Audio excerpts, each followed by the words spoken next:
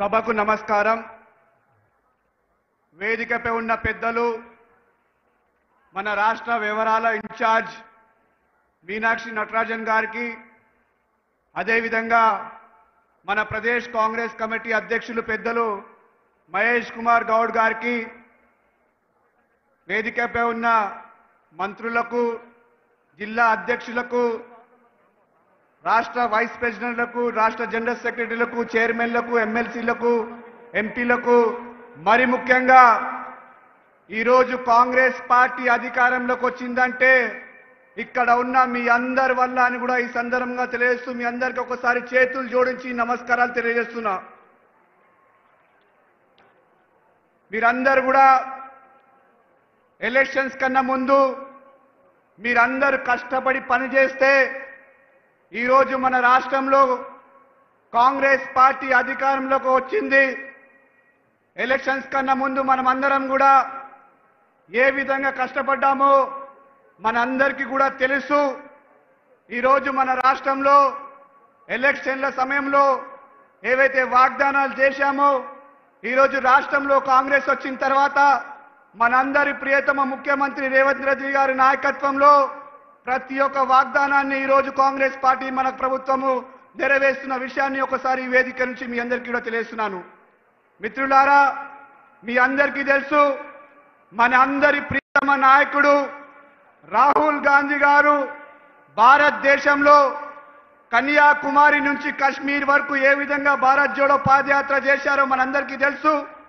అదేవిధంగా ఈరోజు మన మధ్యలోకి అఖిల భారత కాంగ్రెస్ కమిటీ అధ్యక్షులు పెద్దలు మల్లికార్జున్ ఖర్గే గారు రాబోతున్నారు.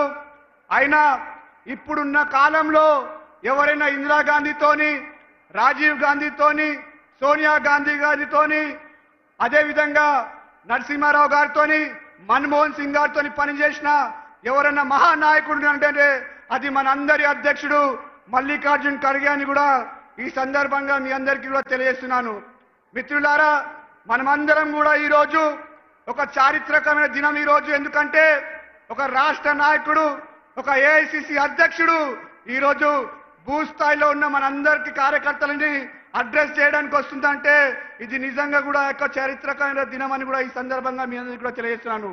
అంతేకాకుండా వారితో పాటు మన అఖిల భారత కాంగ్రెస్ కమిటీ ఆర్గనైజేషన్ ఇన్ఛార్జ్ పెద్దలు కేసీ వేణుగోపాల్ గారు కూడా రాబోతున్నారు. ఈరోజు మనమందరం కూడా మనకి ఏదైతే ఆదేశాలు ఇక్కడి నుంచి ఇవ్వబోతున్నారో అవన్నీ కూడా భూస్థాయిలో కావచ్చు, మండల స్థాయిలో కావచ్చు, అదేవిధంగా నియోజకవర్గ స్థాయిలో అవన్నీ కూడా పనిచేసుకోవడానికి మనమందరం కూడా సిద్ధం కావాలని కూడా ఈ సందర్భంగా మీ అందరికీ కూడా తెలియజేస్తున్నాను. అంతేకాకుండా ఒకవైపు బీఆర్ఎస్ పార్టీ ఉంది, మరోవైపు బీజేపీ పార్టీ ఉంది. ఈరోజు ఏ విధంగా వాళ్ళందరూ కూడా మన ప్రభుత్వాన్ని విమర్శించడానికి ప్రయత్నం చేస్తున్నారో ఒకసారి మనమందరం కూడా ఆలోచించాల్సిన అవసరం ఉంది. ఈరోజు వాళ్ళు ఏ విధంగా మన ప్రభుత్వం పైన బురద చల్లడానికి ప్రయత్నం చేస్తున్నారో, మన నాయకుల పైన బురద చల్లడానికి ప్రయత్నం చేస్తున్నారో ఒకసారి మనమందరం కూడా ఆలోచించాల్సిన అవసరం ఉందని కూడా ఈ సందర్భంగా మీరు తెలియజేస్తున్నా.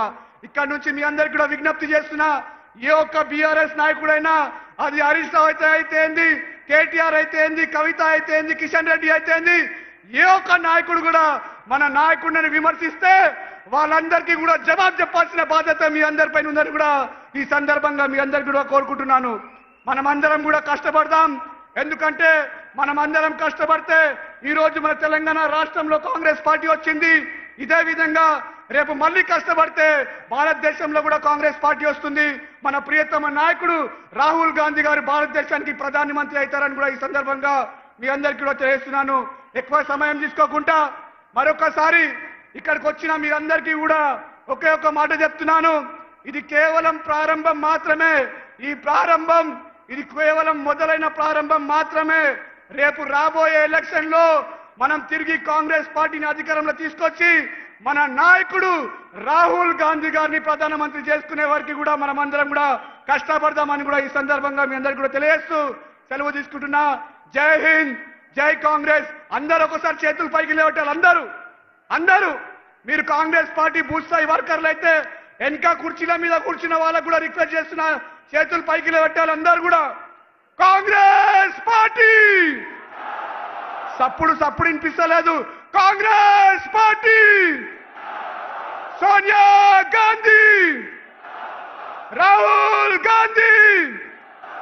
మల్లికార్జున్ ఖర్గే, రేవంత్ అన్న, మహేష్ అన్న, జై హింద్. దయచేసి వక్తలందరూ కూడా 2 నిమిషాలు మాట్లాడాల్సిందిగా విజ్ఞప్తి చేస్తున్నారు. ఎందుకంటే మన రేవంత్ అన్న, మల్లికార్జున్ ఖర్గే గారు అందరు కూడా బయలుదేరిండ్రు. ఇప్పుడు పరిగి శాసనసభ్యులు పరిగి రామ్మోహన్ రెడ్డి గారు మాట్లాడాల్సిందిగా విజ్ఞప్తి చేస్తున్నాను. సామాజిక న్యాయ సమర పేరి కార్యక్రమానికి విచ్చేసినటువంటి నా ప్రాణ సమానమైనటువంటి కాంగ్రెస్ పార్టీ కరడుగట్టిన కార్యకర్తలందరికీ పేరు పేరున నమస్కారం తెలియజేస్తున్నాను.